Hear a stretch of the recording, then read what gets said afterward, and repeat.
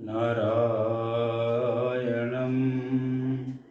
पद्मभवं वसिष्ठं शक्तिं च तत्पुत्र पराशरं च व्यासं शुकं गौडपदं महान्तं गोविन्दयोगीन्द्रमथास्य शिष्यम् श्रीशङ्कराचार्यमथास्य पद्मपादं च हस्तामलकं च शिष्यं तं तोटकं वार्तिककारमन्या निष्मद्गुरून् सन्ततमानतोऽस्मि। अखण्डमण्डलाकारं व्याप्तं येन चराचरं तत्पदं दर्शितं येन तस्मै श्रीगुरवे नमः। अहो वकीयं स्तनकालकूटं जिघांशयापाय यदप्यसाध्वी लेभे गतिं धातृचितां ततोऽन्यं कम्बादयालुं शरणं व्रज। कम्बादयालुं शरणं व्रज। नारायण नारायण नारायण। आज का जो विषय है ये गुरु महिमा का विषय है। गुरु जी की क्या महिमा है, गुरुदेव की महिमा का यह विषय है इस वीडियो में। भगवान कृष्ण दशम स्कंद भागवत दशम स्कंद उत्तरार्ध में कहते हैं, नाहं विज्ञा प्रजातिभ्यः तपसा उपशमेन वा। नाहं विज्ञा प्रजातिभ्यः तपसा उपशमेन वा। तुष्येयं सर्वभूतात्मा गुरुशुश्रूषया यथा। भगवान कहते हैं, ब्रह्मचर्य आश्रम में रहने पर और ब्रह्मचर्य आश्रम उपयुक्त कर्म करने पर भी मैं उस तरह प्रसन्न नहीं होता। इसी तरह ब्रह्मचर्य के बाद गृहस्थ आश्रम में जाने पर गृहस्थोचित धर्म का पालन करने पर भी मैं उस तरह प्रसन्न नहीं होता। गृहस्थ के बाद वानप्रस्थ में जाने पर भी मैं उस तरह वानप्रस्थी के धर्म के पालन करने पर भी उस तरह मैं प्रसन्न नहीं होता। यहाँ तक कि संन्यास आश्रम में जाने पर भी संन्यास धर्म उचित धर्म करने पर भी मैं उस तरह प्रसन्न नहीं होता। जिस तरह मैं गुरुदेव भगवान की सेवा शुश्रूषा करने पर प्रसन्न होता हूँ।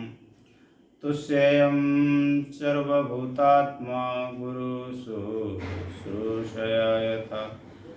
जैसे मैं गुरु की शुश्रूषा से प्रसन्न होता हूँ, गुरुदेव भगवान की सेवा से मैं प्रसन्न होता हूँ, उस तरह मैं इन चारों धर्मों के जो भक्त हैं मेरे, उनके द्वारा चारों धर्मोचित धर्म करने पर भी मैं उस तरह प्रसन्न नहीं होता जिस तरह गुरु जी की सेवा करने पर प्रसन्न होता हूँ। एकादश स्कंद भागवत में एक जानव योगेश्वर संवाद है, वहाँ एक शब्द आता है जहाँ गुरुदेव का महिमा का व्याख्यान किया गया है, गुरुदेवत आत्मा। उसका श्री धर स्वामी ने अर्थ किया अपनी टीका में, गुरुएव आत्मा दैवतम चयस्य स गुरुवात्म देवता। गुरुदेव ही, यदि हम ब्रह्म के उपासक हैं, आत्मा का अनुसंधान करने वाले हैं, तो जिस आत्मा का हम अनुसंधान कर रहे हैं, जिन ब्रह्म की हम उपासना कर रहे हैं, वो आत्मा कोई और नहीं अपितु गुरुदेव भगवान ही हैं। गुरुदेव भगवान साक्षात बपू धारण करके विराजे हैं। और यदि हम सगुण साकार के उपासक हैं तो इसमें देव शब्द भी दिया है। तो देव शब्द का अर्थ है सगुण साकार से। यदि हम सगुण साकार के उपासक हैं, भगवान शिव, भगवान राम कृष्ण नारायण वराह कूर्म कच्छप मत्स्य कूर्म इत्यादि किसी भी स्वरूप के हम जिसके उपासक हैं, वो साक्षात भगवान ही हैं। गुरुएव आत्मा दैवतम शेष। तो गुरुदेव को सामान्य व्यक्तियों की भांति, सामान्य लोगों की भांति उन्हें हाड़ मांस का नहीं समझना चाहिए कि जैसे मैं हूँ वैसे गुरुदेव भगवान हैं। मानस में तो बाबा तुलसीदास लिखते हैं, तुम ते अधिक गुरु जय जानी सकल भाय सेवहि सनमानि।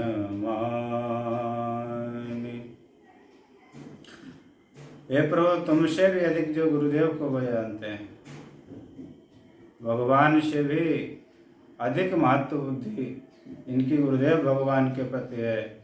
जानने का तरीका क्या है? गुरुदेव भगवान को कैसे जानना है?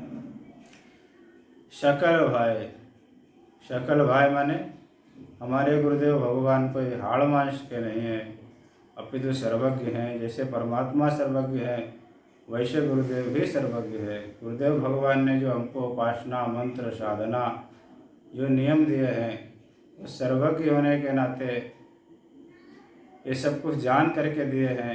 इसके द्वारा ही हमारा कल्याण होना है। और गुरुदेव ने जो भी वचन कहा, गुरुदेव भगवान हमारे सर्वज्ञ हैं। इसलिए जैसे भगवान की वाणी का विश्वास किया जाता है, भगवान वेद भगवान की वाणी है, इसलिए वेद में जो कुछ कहा गया है वो सब कुछ सौटव्य है। जो कुछ वेद की आज्ञा है वो सब वगैर नच ननु की जैसे स्वीकार की जाती है, उसी तरह भगवत वाणी की तरह ही गुरुदेव भगवान की आज्ञा को मानना चाहिए और बगैर किसी सोच विचार के उसका पालन करना चाहिए। इसका फल क्या होगा? गुरुदेव भगवान की सेवा का और गुरुदेव भगवान के प्रति जो अनन्य निष्ठा होगी, गुरुदेव भगवान के प्रति जो इष्ट बुद्धि होगी, उसका फल क्या होगा? तो उसका फल ये होगा कि भगवान स्वयं प्रसन्न होकर के अपने को दे डालेंगे, भगवत प्राप्ति हो जाएगी अनायास ही। गुरुदेव के चरणों में अनन्य निष्ठा का परिणाम ये होगा कि भगवान प्रसन्न होकर के अपने को दे डालेंगे। आत्मद्वारी माने अपने को दे देंगे भगवान। भगवान किसी के वश में नहीं होते, भगवान सर्वतंत्र स्वतंत्र हैं। लेकिन जो गुरुदेव भगवान के चरणों में अनन्य निष्ठा पूर्वक, अनन्य श्रद्धा पूर्वक इनकी गतिमति है, जो भगवान गुरुदेव की सेवा में लगे हुए हैं निष्ठा श्रद्धा पूर्वक, कि ये वही गुरुदेव भगवान हैं जिनकी मैं उपासना करता हूँ। ये साक्षात एक रूप में भगवान शिव के रूप में विराजे हैं, एक रूप में भगवान राम के रूप में विराजे हैं, और वही भगवान साक्षात कृपा करने के लिए इस धरा पर गुरुदेव भगवान के रूप में विराजे हैं।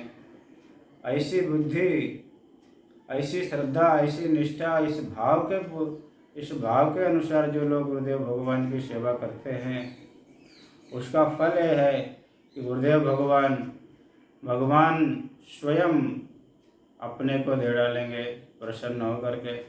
भगवान स्वयं 10वें स्कंद में उत्तरार्ध में कह ही चुके हैं, इसमें अध्याय में ऐसा अभी कहा गया कि तुझसे हम सर्वभूतात्मा गुरु शुश्रूष था। मैं उस तरह अन्य साधनों से प्रसन्न नहीं होता, अन्य जो आश्रम और वर्णोचित जो धर्म है उनसे मैं उस तरह नहीं प्रसन्न होता जिसे गुरुदेव भगवान की सेवा से प्रसन्न होता हूँ। इसका प्रमाण क्या है? न खलु, इसका प्रमाण क्या है? क्योंकि वस्तु प्रमाणाभ्याम सिद्धि न खलु वचन मात्रेण, वस्तु की सिद्धि प्रमाण के द्वारा होती है, सिर्फ कह देने मात्र से नहीं। ऐसा भगवान ने कभी किया भी है जैसा कहा जा रहा है? तो इसका प्रमाण है भगवान के जो गुरुदेव थे और सुदामा जी के जो गुरुदेव थे, गुरु सांदीपनि। भगवान कंस इत्यादि को मारने के बाद फिर मथुरा से सीधे मध्य प्रदेश उज्जैन गए थे और उज्जैनी में ही रह करके उन्होंने गुरु सांदीपनि के चरणों में 64 दिनों में ही 64 कलाएं सर्व विद्या का उनको ज्ञान हो गया था। भगवान तो भगवान हैं, वो तो अध्ययन की लीला कर रहे हैं, उन्हीं से सारे ज्ञान प्रकट हुए हैं। भगवान 64 दिनों तक गुरुकुल में रहे थे और वहीं सुदामा जी से मित्रता हुई थी भगवान की। तो भगवान के जो गुरुदेव थे, गुरुदेव भगवान कृष्ण के गुरुदेव भगवान महर्षि सांदीपनि। तो महर्षि सांदीपनि ने ऐसा कौन सा पुण्य किया था जो स्वयं परमात्मा उनके यहाँ चल के गए थे, और जो परमात्मा स्वयं जगत गुरु हैं, कृष्णम वंदे जगत गुरुम, वो जगत गुरु साक्षात जिनके शिष्य बने थे, ऐसा उन्होंने क्या पुण्य कर्म किया था? कथा आती है पुराण में कि महर्षि सांदीपनि जिस समय वो विद्यार्थी थे, गुरुकुल में पढ़ते थे, एक बार उनके गुरुदेव ने ऐसी लीला हुई गुरुदेव भगवान के द्वारा, महर्षि सांदीपनि के जो गुरुदेव भगवान थे, कि वो मस्तिष्क से विक्षिप्त हो गए। उनका जो मस्तिष्क था, मति थी, तो विक्षिप्त हो गए, पागल हो गए गुरुदेव। तो पागलों जैसी लीला होने लगी, कभी विद्यार्थियों के ऊपर ढेला फेंक देना, कभी ईंटा फेंक देना, कभी दिगंबर होकर विचरण करने लगना, जो है अकारण ही किसी विद्यार्थी को जो है बैठे हुए है और डंडा से दंडित कर देना, क्योंकि उनका मस्तिष्क उनके मन में, उनके वश में न था, क्योंकि वो पागल हो चुके थे, उन्हें पता ही नहीं था मैं क्या कर रहा हूँ। ऐसी स्थिति में शिष्यों ने देखा कि गुरुदेव तो पागल हो चुके हैं।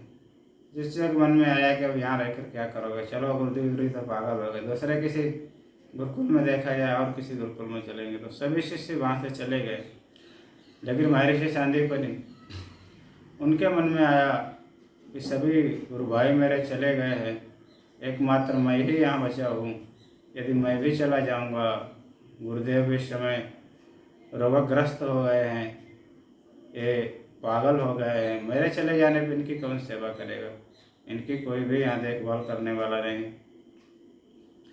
ऐसा भाव सिर्फ महर्षि सांदीपनि के अंदर ही क्यों आया, दूसरे शिष्यों के अंदर क्यों नहीं आया? दूसरे शिष्य भी तो पढ़ते थे, क्योंकि दूसरे शिष्यों के अंदर अनन्यता नहीं थी गुरु के प्रति। वो तो सिर्फ उनसे अध्ययन करने के लिए आए थे, अपने स्वार्थ बस आए थे गुरु जी के पास। अब गुरु जी क्योंकि उनका मस्तिष्क विक्षिप्त हो गया है, उन्मत्त की तरह हो गए हैं, वो पागल हो गए हैं, विद्यार्थियों ने सोचा अब यहाँ रह के क्या करोगे, क्योंकि अपने स्वार्थ की सिद्धि तो होनी नहीं है, तो चलो यहाँ से। सब चले गए, लेकिन महर्षि सांदीपनि की वाकई में अनन्य निष्ठा थी गुरुदेव भगवान के प्रति। तो उनके जिसकी अनन्य निष्ठा है गुरुदेव भगवान के चरणों में, जो वंचना के हेतु नहीं रह रहा है वहाँ, तो उसी के मन में ऐसा भाव आता है, अन्य के मन में ऐसा भाव नहीं आता। अन्य तो सब भाग गए, चले गए, जो हो सो हो, गुरुदेव को कोई मतलब नहीं, अब अपना काम नहीं बनना तो चलो यहाँ से। लेकिन महर्षि संदीपनी की अनन्य निष्ठा थी गुरुदेव भगवान के प्रति। ये हमारे गुरुदेव भगवान हैं, साक्षात भगवान के स्वरूप हैं। ऐसी अनन्य निष्ठा उनके चरणों में थी।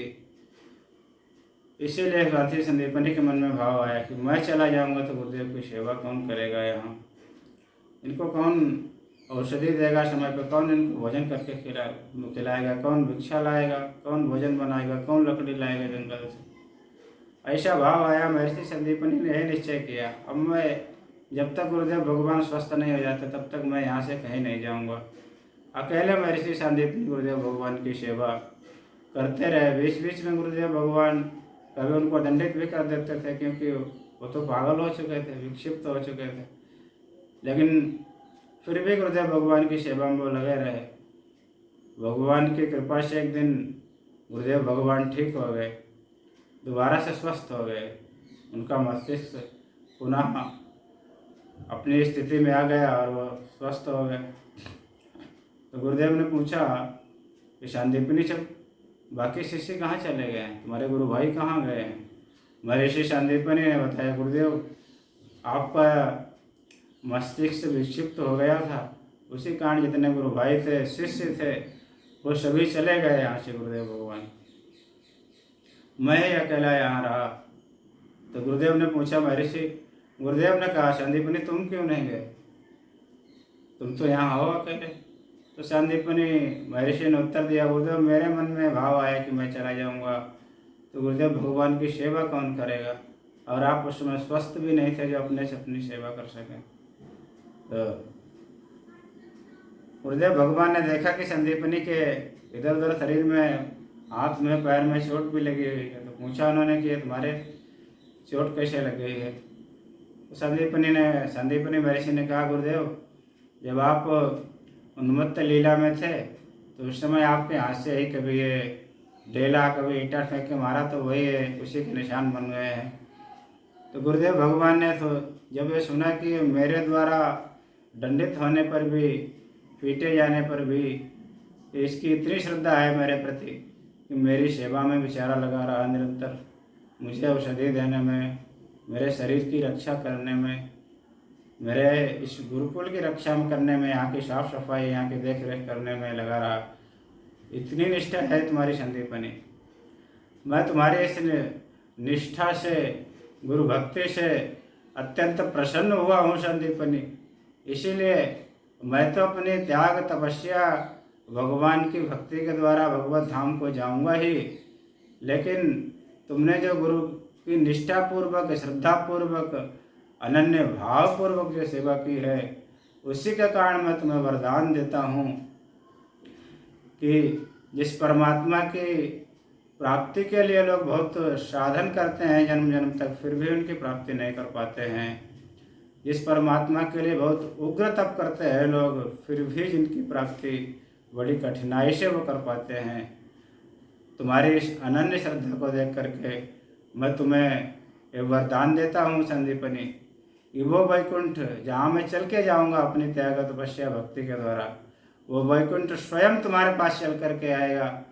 और वो जगत गुरु, स्वयं भगवान जगत गुरु है, वो स्वयं शिष्य बनेंगे आके, जबकि वो संसार के पिता हैं, संसार के गुरु हैं। कृष्णम वंदे जगत गुरु, स्वयं जगत गुरु हैं, लेकिन वही वैकुंठवासी, वही गोलोकवासी, स्वयं भगवान कृष्ण चल के आएंगे और आकर के तुम्हारे शिष्य बनेंगे।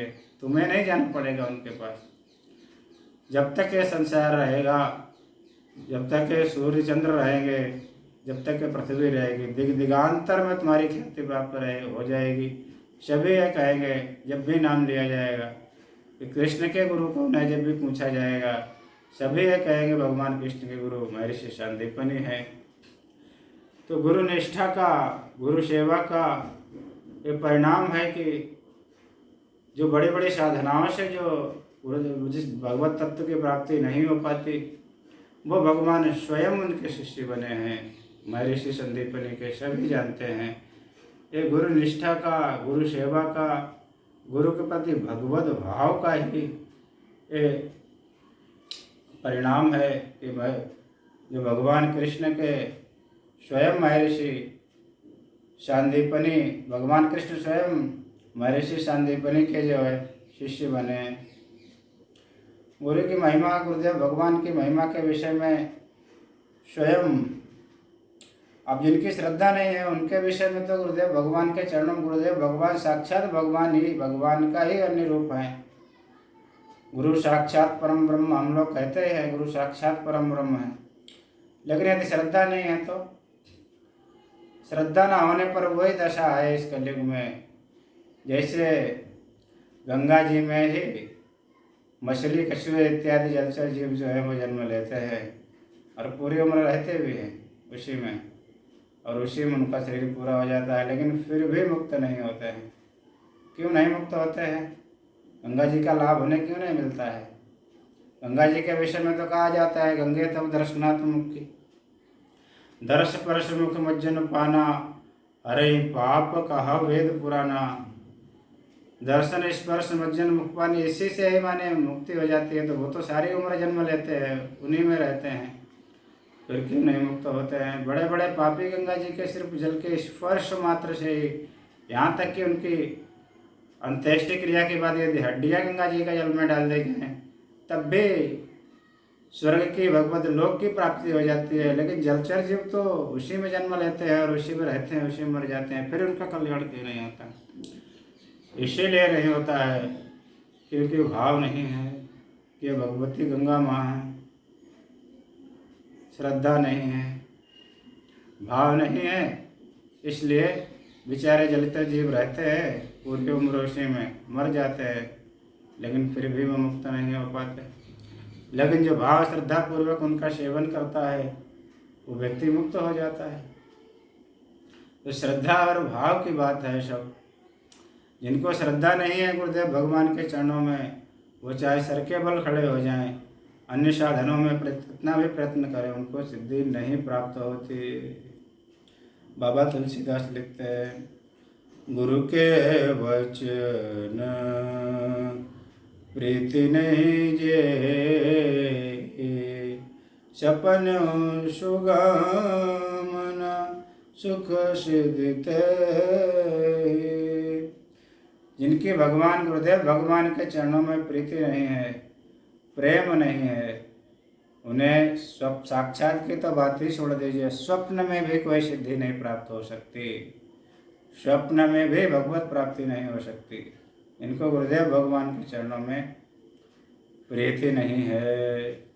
भले गुरुदेव भगवान कुछ न कहें, उनका गुरुदेव का तो शिष्य के प्रति प्रेम होता ही है, लेकिन फिर भी उनको स्वप्न में भी सिद्धि नहीं प्राप्त होती है। और उसका परिणाम कई बार तो ये भी शास्त्र में देखा गया है। काकभूषुंडी, जब काकभूषुंडी नहीं, काकभूषुंडी के रूप में नहीं थे, उनके पहले जन्म की कथा है।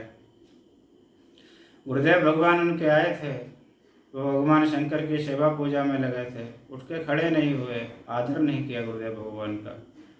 भगवान शंकर की यदि वो पूजा कर रहे थे, लेकिन भगवान शंकर को ये देख करके बड़ा क्रोध आया कि गुरुदेव पधारे हैं और इसने खड़े होकर स्वागत सत्कार नहीं किया, उनको दंडवत प्रणाम, पाद्य अर्घ्य वगैरह नहीं दिया, उनका सत्कार नहीं किया। भगवान शंकर स्वयं साक्षात प्रकट हो गए और श्राप दिया, श्राप दे दिया। उसके बाद भगवान शंकर स्वयं कहते हैं, यदि मैं श्राप न देता तो उसका परिणाम क्या होता? भ्रष्ट हो श्रुति मार्ग मोरा। श्रुति जो वेद का मार्ग है, जो सनातन मार्ग है, वो ही नष्ट हो जाएगा मैं अगर इसको दंडित नहीं करूँगा, क्योंकि परंपरा चल जाएगी। कोई भी गुरु जी आएंगे तो उनका कोई आदर सत्कार नहीं करेगा, कह देगा कि काकभूषुंडी जी ने अपने पहले जन्म में नहीं किया था तो उनका क्या बिगड़ गया, एक गलत परंपरा चल जाएगी। इसलिए भगवान ने तुरंत उनको श्राप दिया, जबकि वो भगवान की सेवा में लगे हुए थे। इसी तरह के और भी उपाख्यान पुराणों में भरे पड़े हुए हैं गुरु महिमा के विषय में। लेकिन जिनके चरणों में, गुरुदेव भगवान के चरणों में जिनकी अनन्य श्रद्धा है, अनन्य निष्ठा है, उनको संसार की किसी वस्तु का तो बात ही छोड़ दीजिए, स्वयं भगवान भी प्रसन्न होकर के अपने को दे डालते हैं उनको। जैसे महर्षि संदीपनी को भगवान ने अपने को शिष्य के रूप में दे डाला। वहीं भगवान कहते हैं गुरो अनुग्रहेण पुमान पूर्ण प्रशांत। जब गुरुदेव भगवान का अनुग्रह होता है तभी इस मन की, इस चित्त की, इस अंतःकरण की पूर्णतः शांति होती है। अन्य साधनों के द्वारा उस तरह शांति नहीं होती जिस तरह गुरुदेव भगवान की कृपा होने पर शांति होती है। इसलिए सिर्फ और सिर्फ गुरुदेव भगवान के चरणों में शिष्य को अनन्य श्रद्धा करनी चाहिए। उस श्रद्धा का यह परिणाम होगा कि वो संसारिक वस्तु की तो बात ही छोड़ दीजिए, यदि भगवत प्राप्ति करने वाला है, निष्काम कर्म करने वाला है, वृत्ति मार्ग का पथिक है, तो उसे भगवान की अनायास ही प्राप्ति हो जाएगी, जैसे महर्षि संदीपनी को हो गई। और यदि गुरुदेव भगवान के चरणों में श्रद्धा नहीं है तो चाहे कितना भी साधन करते रहो, यदि गुरुदेव भगवान के वचनों में प्रीति नहीं है तो साक्षात तो बात छोड़ दीजिए, स्वप्न में भी भगवत प्राप्ति नहीं हो सकती, स्वप्न में भी सिद्धियाँ नहीं प्राप्त हो सकती। सपन्यों बाबा तुलसीदास कहते हैं सपने सुगम न सुख सिद्धिते, स्वप्न में भी उसको सुख नहीं मिल सकता, स्वप्न में भी उसको सिद्धि नहीं मिल सकती है। इसलिए सर्वतो भावेन गुरुदेव भगवान के चरणों में ही प्रेम करना चाहिए, भगवत बुद्धि पूर्वक, उसी से ही कल्याण है इस कलयुग में। यदि वहीं पर श्रद्धा नहीं है तो मूल ही नष्ट हो गया अध्यात्म के मार्ग का। यदि मूल ही नष्ट हो गया तो छिन्ने मूले नैव पत्रम न शाखा, मूल ही यदि नष्ट हो जाए, किसी पेड़ की जड़ ही नष्ट हो जाए तो ना तो शाखाएं सुरक्षित रहती हैं, ना पत्र पुष्प इत्यादि सुरक्षित रहते हैं, सब कुछ नष्ट हो जाता है। इसी तरह गुरुदेव भगवान के चरणों में यदि श्रद्धा नहीं है, क्योंकि मूल तो वहीं से अध्यात्म की यात्रा शुरू होती है, वही अपने तो आपने नष्ट कर लिया। जब पहले ही सीढ़ी पे आप पैर नहीं रख पाए तो अंतिम सीढ़ी जो मोक्ष अथवा भगवत प्राप्ति है, भगवत प्रेम की प्राप्ति है, वो कैसे प्राप्त करेंगे आप। इसलिए भगवत प्रेम, भगवत अथवा किसी भी लौकिक सिद्धि की प्राप्ति तभी है जब गुरुदेव भगवान प्रसन्न हो जाएंगे, हमारी गुरुदेव भगवान के चरणों में अनन्य श्रद्धा हो, तभी यह संभव है। इसलिए सर्वतो भावेन गुरुदेव भगवान के चरणों में ही अनन्य श्रद्धा करनी चाहिए। नारायण नारायण नारायण, हर हर महादेव।